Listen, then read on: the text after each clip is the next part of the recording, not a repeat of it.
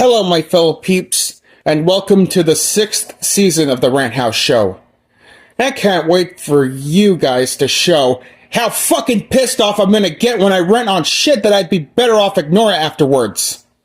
Well, if any of you have different opinions on what I'm going to rant that you like or don't give a shit about nowadays, well, except for this episode, your opinions are tolerated. Anyways, let's start the show on the wrong foot, goddammit! Lethal Enforcer.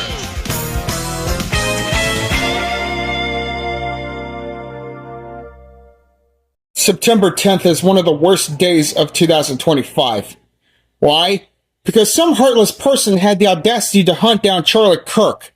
What the fuck, man? What did Charlie Kirk ever do to deserve all that? How could have this shit happened? Well, we're gonna have to get this shit over with, or into it. Ugh. Alright. It all started on September 10th, 2025, at the campus of Utah Valley University at Orem, Utah. The outdoor event was the first stop of the season for his American Comeback Tour, a speaking and debate series planned by Turning Point USA, a conservative organization that Charlie Kirk and Bill Montgomery co-founded. While engaging with an audience member about mass shootings in the United States, Kirk was shot in the neck by a gunman positioned on the roof of a building approximately 142 yards away. He was pronounced dead at a nearby hospital after undergoing emergency surgery. So Charlie Kirk was immediately dead and on the process? What? This is so not fucking fair! On September 12th, authorities arrested 22-year-old Tyler James Robinson after his family notified them. 4 days later, the prosecutors charged Tyler James Robinson with murder and announced they would seek the death penalty, alleging the attack was politically motivated. I know that the fact from God is "Thou shalt not kill," which is taken from one of the 10 commandments. I don't know if I'd say he would be sentencing to death penalty or life in prison. Other than that, killing is never the answer. The killing was highlighted as an instance of increasing political violence within the United States and was condemned by national and foreign leaders.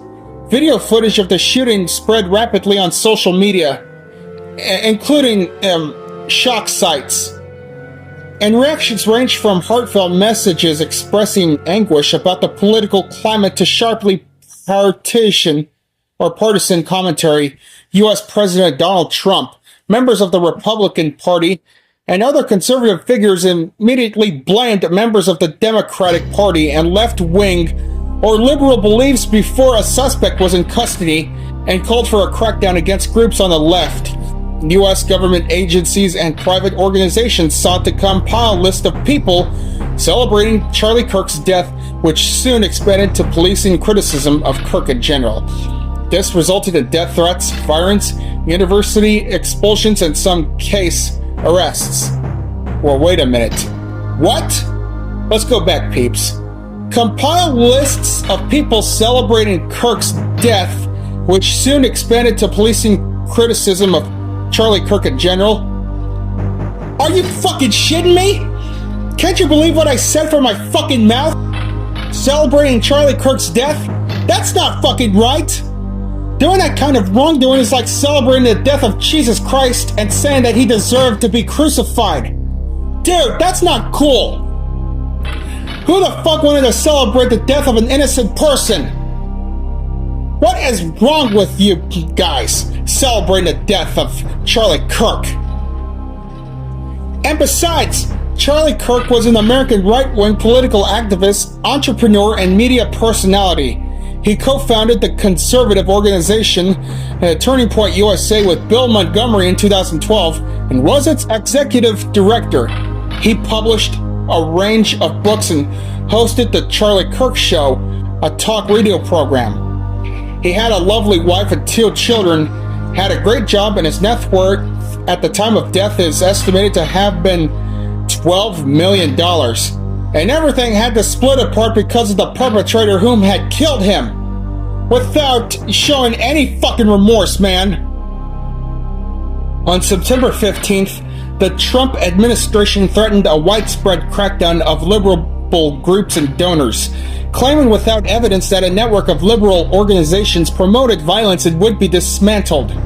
Trump stated that he was looking into labeling some terrorist organizations, and J.D. Vance promised to go after nonprofits such as the Open Society Foundations and the Ford Foundation that had provided financial support for liberal and progressive causes. Ugh. The New York Times suggested that First Amendment rights would make it difficult for the Trump administration to do so. Critics widely condemned the moves and warned the administration was using the killing as a pretext to crack down on political opponents. The announcement came amidst the Trump administration's concurrent widespread crackdowns on political opponents and civil society. Fox News reports that Attorney General Pam Bondi has lost confidence in FBI Director Kash Patel due to his handling of the investigation and manhunt. A former federal prosecutor and legal analyst at the MSNBC said Kash Patel's actions could potentially hurt the accused right into a fair trial. Since Kirk's killing, the U.S. Department of Justice reportedly removed the 2024 study titled What NIJ Research Tells Us About Domestic Terrorism, which showed that white supremacist and far-right violence continues to outpace all other types of terrorism and domestic violent extremism in the United States, in contrast to Trump administration's claims. It was replaced by notice saying the Department of Justice Office of Justice Programs. The Department of Justice's Office of Justice Program is currently reviewing its websites and materials in accordance with recent executive orders and related guidance. During this review, some pages and publications will be unavailable. We apologize for any inconvenience this may cause. On September 11th, oh my god, 24 years after 9/11? Oh, don't get me started with that worst day of 2001.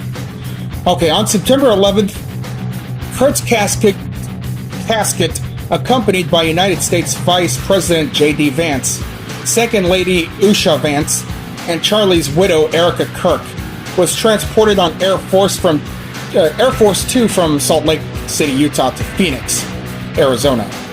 A memorial service is planned for September 21st at the State Farm Stadium in Glendale, Arizona. And it sucks that the world is not going to be the same without Charlie Kirk.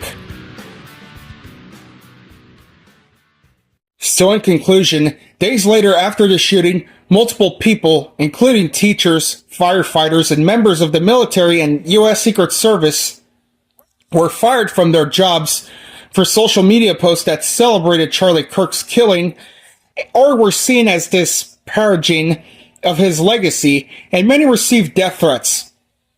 Well, even though death threats are not necessary, but yeah, that's karma for doing such thing by celebrating the death of Kirk. Yeah, Charlie Kirk, when it doesn't deserve it like that. If Boris the Teeth Guy, aka Pencil Neck, or even those stupid fucking failed aborted rotten pieces of shit from hell, Brian and Emma, would ever say such thing, those cancel culturists are gonna have a taste of their own medicines. Consider themselves cancelled. I really wish the assassination of Charlie Kirk never happened, because he never done anything wrong to get assassinated to fucking begin with. The assassinations on innocent people such as Charlie Kirk himself, it doesn't answer nothing. It is never the answer. It's already bad enough that it already happened, but having several people to insult him or celebrate his death, that's just crossing the fucking line right here. That's considered breaking the goddamn fourth wall. I am very sorry for the losses of Charlie's family. He may be gone, but he will always be remembered in our hearts for the rest of our lives.